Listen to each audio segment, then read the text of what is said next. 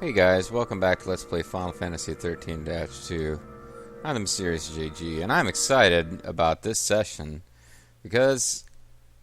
Well, I'm not that excited about this session, to tell you the truth, guys. I've been wanting a chance to play this game, actually.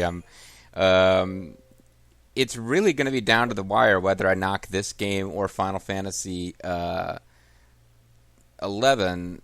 Is it 11 or 12? The Zodiac Age is, I think... 12, because I think 11 was multiplayer. I don't know which one of these I'm knocking out first. This one's going to have some really nasty stuff as far as if I decide I want to fully 100% and like actually defeat all the optional Coliseum bosses, it could get ugly. But otherwise, this is a whole lot of like block puzzles and bullshit like that we have to do. Because we finished the story. Every one of them was unique. They all died. Every one of those clock puzzles was unique. It's up to you. Although I have more fondness for Yule now than I did before the last video, because in the last video we found out that one of the Seeresses, Yule, bent the laws of time and space to save the city from a terrible disaster that appeared to have been paradoxes that are clock puzzles. So in my headcanon, it's like she was trying to save us all from clock puzzles. That being said, it looks like maybe Yasif Mashif only has one fragment left to get, so that would be cool.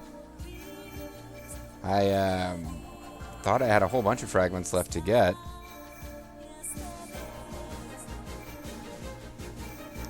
Oh man, I wouldn't mind being done with the Yasif Mashif map forever. Not gonna catch me complaining about that. New bottom 700 as fuck, missing 5 fragments. I'm not really sure how that could be. But at any rate, I'm not even using the fragment weapons. I probably should be, because at this point, I'm thinking they would be the most powerful. We're missing a couple of fragments in the Arcalite Step. Years ago, a never-before-seen paradox effect haunted the Yasha's... Yeah, the red blobbies. I know, I've only got one of these left to deal with. That's cool. I mean, one clock puzzle to rule them all, one clock puzzle to something them, one clock puzzle to rule them all and in the darkness bind them. I'm getting my words wrong. But yeah, there's only one big clock puzzle left. I think we could probably handle it. And be done. Last video really spooked me because I thought we had a whole series of clock puzzles to do in order to finish the place off. But now a space-time distortion has appeared. It's right by Chocobocolina's shop there.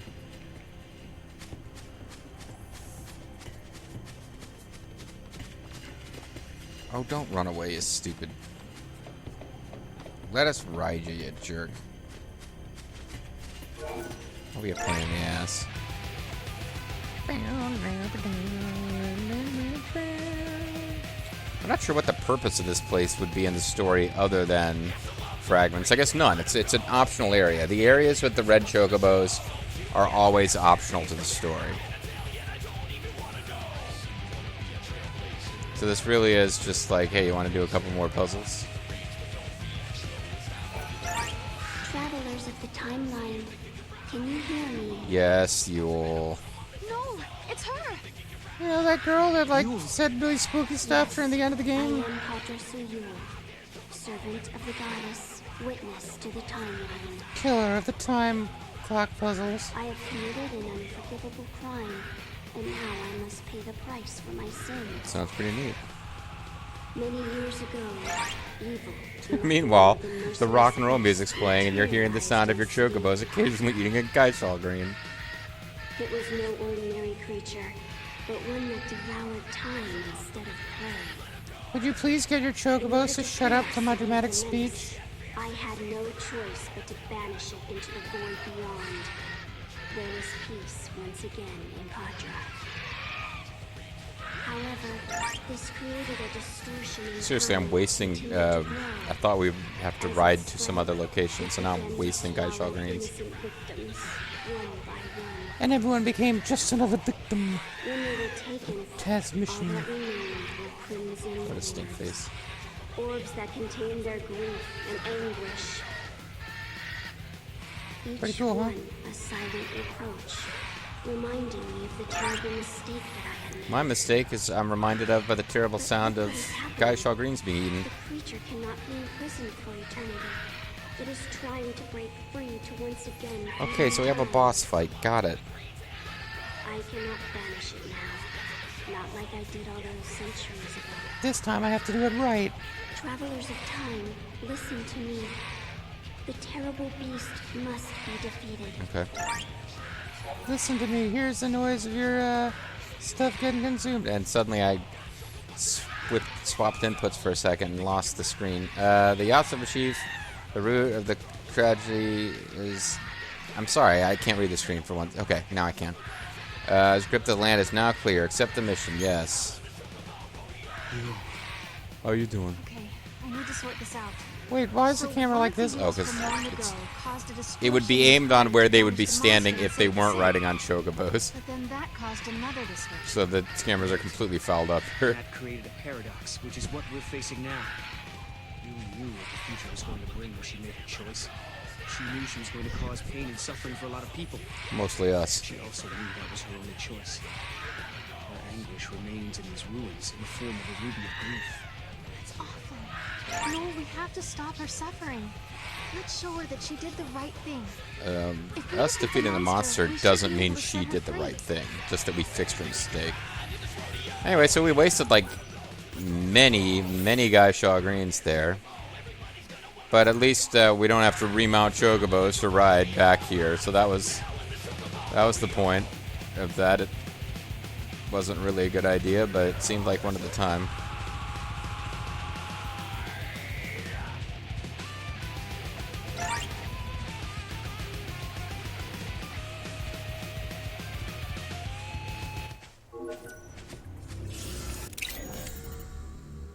Oh. Oh, I didn't really set up for combat. I hope I'm, it'll probably be fine.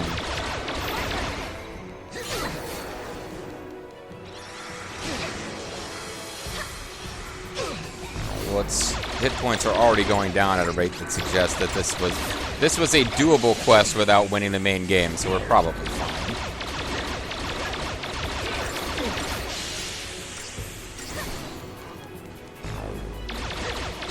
Although it's certainly immune to, it certainly seems to be immune to, the spell.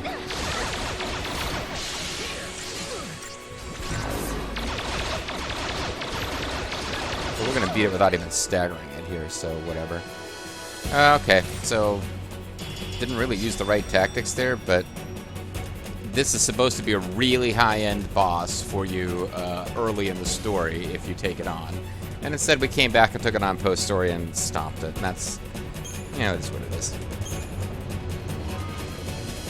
And we got the Ugalu fragment in 2000 CP, which you don't care about anymore. Thank you. You're welcome. I mean, God bless you, and God bless the United States of Padra, or whatever. I hope we were able to end her suffering. We just heard her disembodied voice say thank Sure you. we did. Well, I mean, In an it effort to just means save the she's people of the city, suffering slightly less, Yule perhaps. broke her oath and tampered with time. This caused a disturbance in the timeline, which led to the creation of a paradox. We're going to open up a congressional committee to And the investigate. death of many innocent people.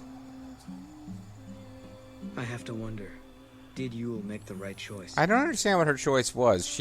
Was there even a right choice to make? Yeah, If she had done nothing, people would have died. I'm not actually following The this, city what that her Yule choice so was. desperately hoped to save was eventually destroyed. She kept the city alive for longer matter by what her opening decision, temporal Either choice paradoxes, would have but eventually led to the death of the people of Padra. I don't have the ability to see into the future like she does. she's like Anakin Skywalker. thankful She for wants that. to prevent people from dying. If we knew the outcome of And all if I our can't, I'll actions, turn into Darth Vader. wouldn't we just give up? What would be the point of trying? But I can't see what's going to happen. I don't have the power to know what tomorrow may bring. And that's why we can still hope and believe in the future. Sounds pretty neat.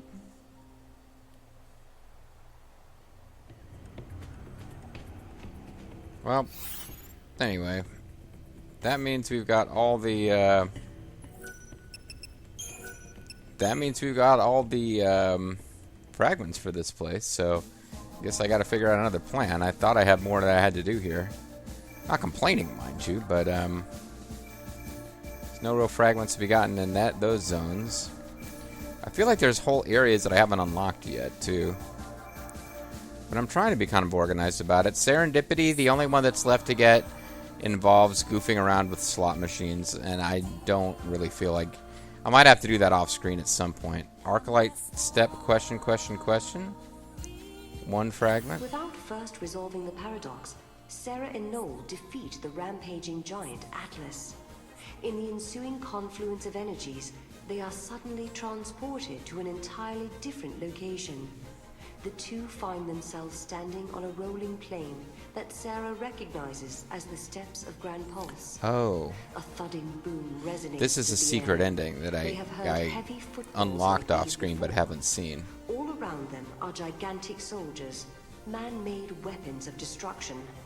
The final war, spoken of in the prophecies, has begun. Okay, hold on. For this, I need to, okay. Well, that's one way I could round out a video, and then I could figure out what I'm doing next time. Time and memory. I would have to close the gate here.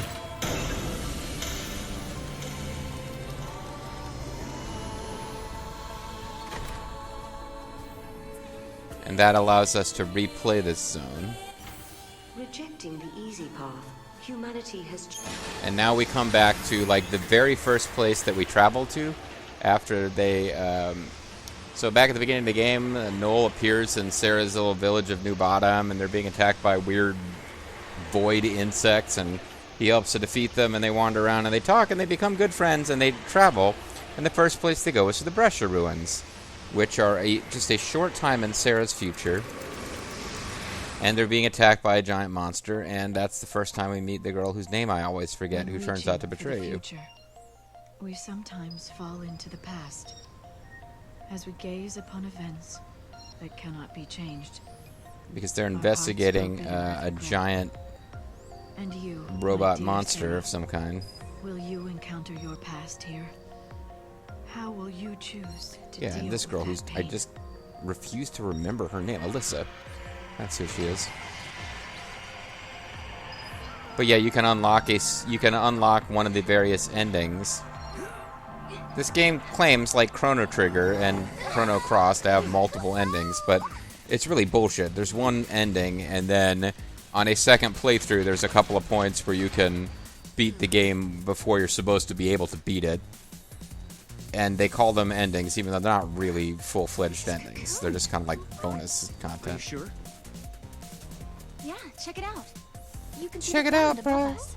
It's Funk Soul Brother right about now. So Funk this is how Soul Cocoon Brother. looks from the... Yeah, whatever. But yeah, so this is like, if you go back to the beginning of the game, we had a fight with a giant monster. And this fight, you're supposed to, for plot reasons, get to a certain point, and then cinematic action occurs. Okay. But we can actually just, like, legit beat it now, even though that's not how it's supposed to end. Instead, like, this battle, if you may recall, many, many videos ago, giant hand attacks, and we just hold it off for long enough, and then these guys show up, and I don't think I get to skip this. No. Because I think there's more cinematic action here.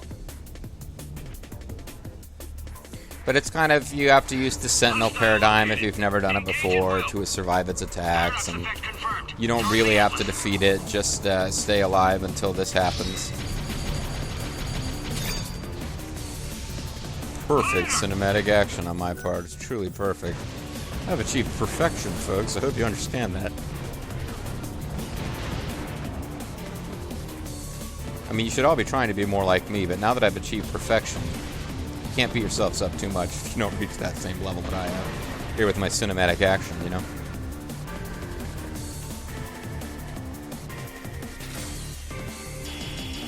Yeah, so by winning in 16 seconds, we got the highest possible rating, and our reward is a Phoenix Down, so good for us.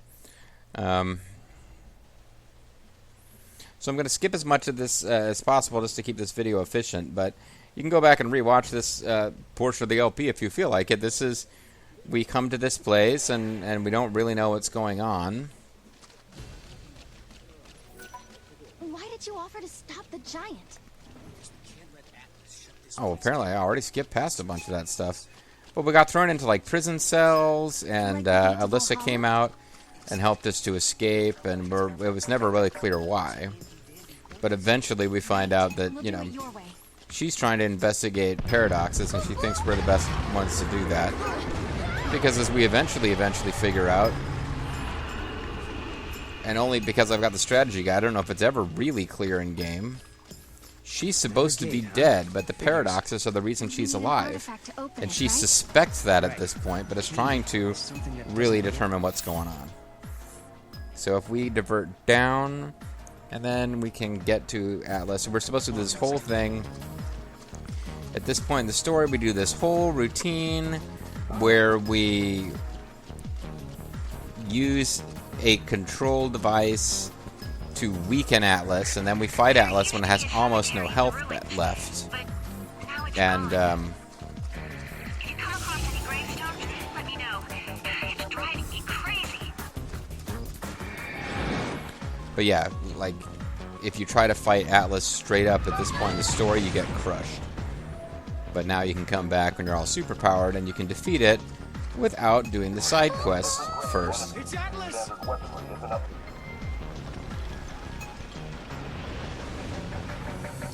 And Atlas is kind of the... yeah. We've detected a large energy surge in the center of the ruins. Another unknown device has appeared. Did the Magical device device? appear along with Atlas? If Atlas is a weapon built by humans, they must have designed a way to stop it. And that machine You know, like those showing up bullet is catching no coincidence. technology that we have right now. Right. Two choices. We have You armor, try I that new suppose. device and hope it controls Atlas, or do it the old-fashioned way and fight him head-on. No regrets, no looking back. So they treat it as two separate viable things. But, in fact, at the beginning of the game, you really... I'm with you. No regrets. At the beginning of the game, you really have to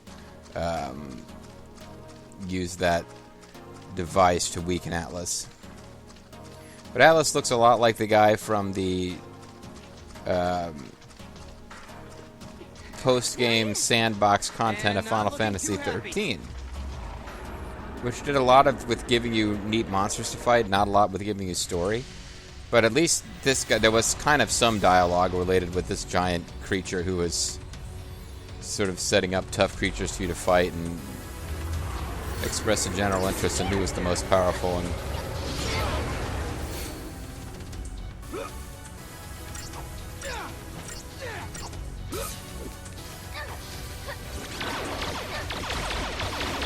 I remember this one, it was a really good way to get an item that I needed, because it was this guy was always guaranteed to drop a specific item that I needed for building one of my Wappets. So there was one point where I was able to set it up so that you keep reappearing at the beginning of this fight, so you just get to fight this guy over and over and over. And I even had it at one point set up to where I could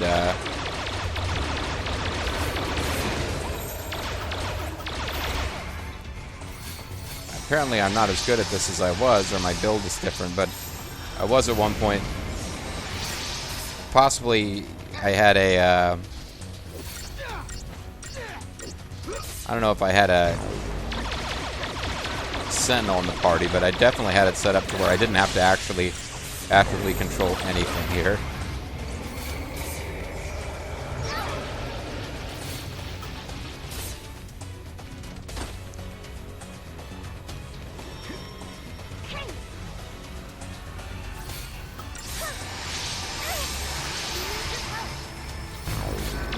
Let's not lose his stagger that we got. Although we don't actually end up staggering him, we just beat him down. His stagger is set at 900%. You're not really meant to stagger him. So probably commandos would be more useful here than Ravagers, but whatever. How'd we do? We did it! Well, apparently not as fast as JG was able to do it before, because he was complaining that he had to actually stop the heal.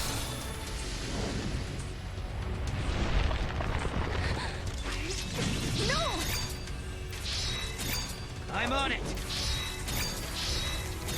Okay, so I don't know which buttons to press. At one point I'd done this several times in a row, but I had also found that there was no reward for actually completing the cinematic action correctly. Either way, you win. And I'm not going to bother to redo it several times just so you can see us fail it, but Move! like stuff happens like you don't move and you get whacked, but you still don't die. If you know, do these controls well. Do it! Wait for it! Now!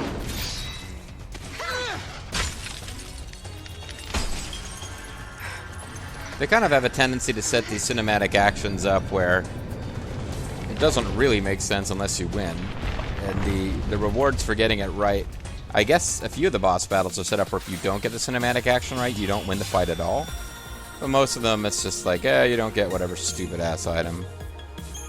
Yeah, potent generators. I needed a bunch of those for something I was doing. Oh no, that wasn't for building a weapon. That was just I was trying to level up Omega. Yeah, I remember now. It was when I was building up my super all-powerful Omega that I'm using. I needed shitloads of potent generators at one point. So now we unlock it and it's back, but this is the ending it unlocks. So we'll watch that and then I guess we'll call it a video. So enjoy a special treat, even though I thought this video was going to be made up of like clock puzzle madness. Instead, it's happier for all of us because it's going to be a special secret ending. Super secret, guys. Super secret. Okay, maybe not that secret. A colossal war once raged across the land. Sounds pretty neat, huh? The spark was the pillar of cocoon, growing weaker by the day, threatening to collapse. So everyone decided to speed that up. Among the people, there were those who sought to resurrect the Fal'Cie. They wanted to use their power to avert catastrophe. However, there were many who feared the Fal'Cie and their part in Cocoon's history. The populace was split. Anger divided them. Over the course of time, the debate escalated to war. Sounds like fun. As the battle raged on, one side created soldiers the size of mountains. Instead of surrendering, The their best rivals soldiers, the retaliated best by generals. building their own massive weapons. What began as a dispute between humans became an earth-shattering war between giants. The titanic conflict grew beyond the people's ability to control. And a very cheap-looking flame effect over the front of the screen just kind of beat the point And home. eventually, what they set out to protect was destroyed. That story has been passed down for generations. It happened Even long like the before I was gods born. For Sarah, themselves. it's a war she knows nothing about, one that has yet to take place. So, we have Massive different weapons perspectives of on war this. overran the land. They say it was the beginning of the end of the world, the day the giants caused the fall of Cocoon. If it's true. If we defeat all the giants, then we should be able to save the future. That's the answer. And the More world. combat. I've made up my mind. I'm staying here with you, Noel, in this time. I can't let the world be destroyed. We have to defeat the infinite army of invincible giants.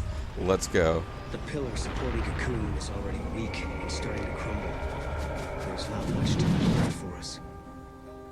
Oh, so the happy ending But is even you get so, to spend the rest I'm of not going to existence give up. fighting lots and We lots and can't. lots of giants. Because I know what happens after Cocoon comes crashing down from the sky. In that sense, you're like Mark Henry, always doing battle with the giant. Well, The world big is show. stripped of growth, of life. The water runs dry, and even the winds grow still. Everything withers away in a slow Oh, he's death. crying. The giant is crying. It's a world with no hope, no future, nothing. Nothing but Forsaken giant world. burning That's monsters. the world in which I was born.